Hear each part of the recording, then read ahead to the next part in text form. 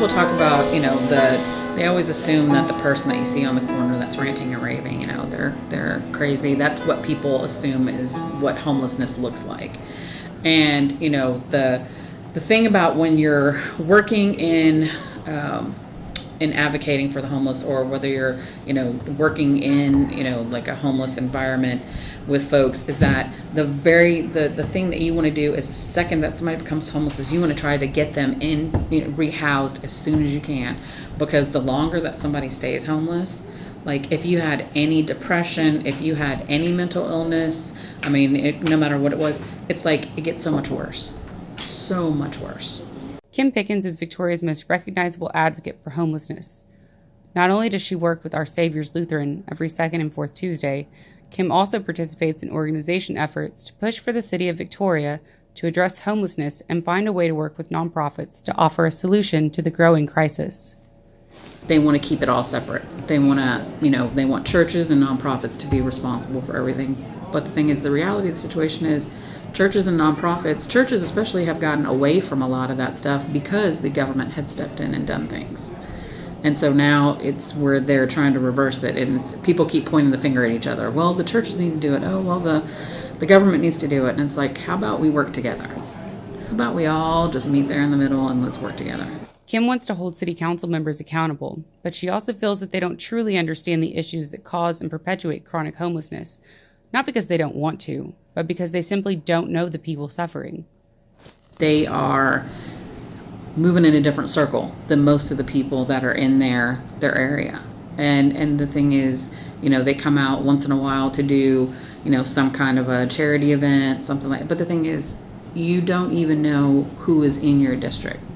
Like, you don't realize, people talk about the north side and, and that it's, some kind of a rich area, and it's not. There's lots of pockets of people there's places that people are, like I said, living way below the poverty level. Like I said, there's all kinds of things, and they don't ever go out there and address the issues that people have. People would like to have like a place to sit while they're waiting for the bus. If you've ever had to wait for the bus in this town, it could take you an hour and a half to wait for a bus that's supposed to run every, 20, 30 minutes, never comes. So, it shouldn't be inconvenient for someone to ask for a bus stop. Victoria, people don't like to talk about the fact that Victoria has a very large population of folks that live below the poverty line. That's elderly, that's disabled, that's single parents, but it's also people who work and then most of these people are they're working poor. And we have a lot of people that fall into that category, and they don't have a safety net. They don't have money for saving. What do you do? So it's like, you have these things that people just judge you, and they don't have a clue. They don't really stop to ask you what is going on in your life. They just assume that you're bad with money, that that you're spending, or you're, like I said, if you hadn't had more than one kid, that you'd be fine. Your whole life would be fine, as if that's really the case, and it's not. Nobody can say what is going to happen in their lives. When I stopped by Christ's Kitchen, I spoke to some of the volunteers as they prepped for the day. One volunteer told me that she had never truly understood the gravity of the homeless crisis until she began working with homeless and hungry residents. Her volunteer work had changed her entire perspective.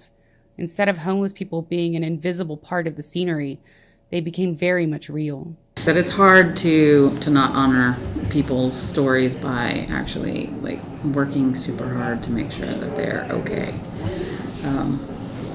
I think that's probably the thing that has affected me the most about working with people that are homeless or on that verge of homelessness, is that whole feeling like that you have to do more. It's like, I can lay here in my bed and feel super comfortable, and I'm like, but I feel so guilty. When you wrap people around with those services that support them, it's like any other community. Things work out in a different way.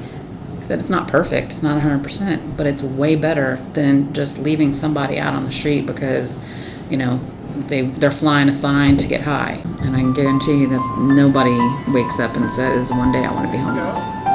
Nobody.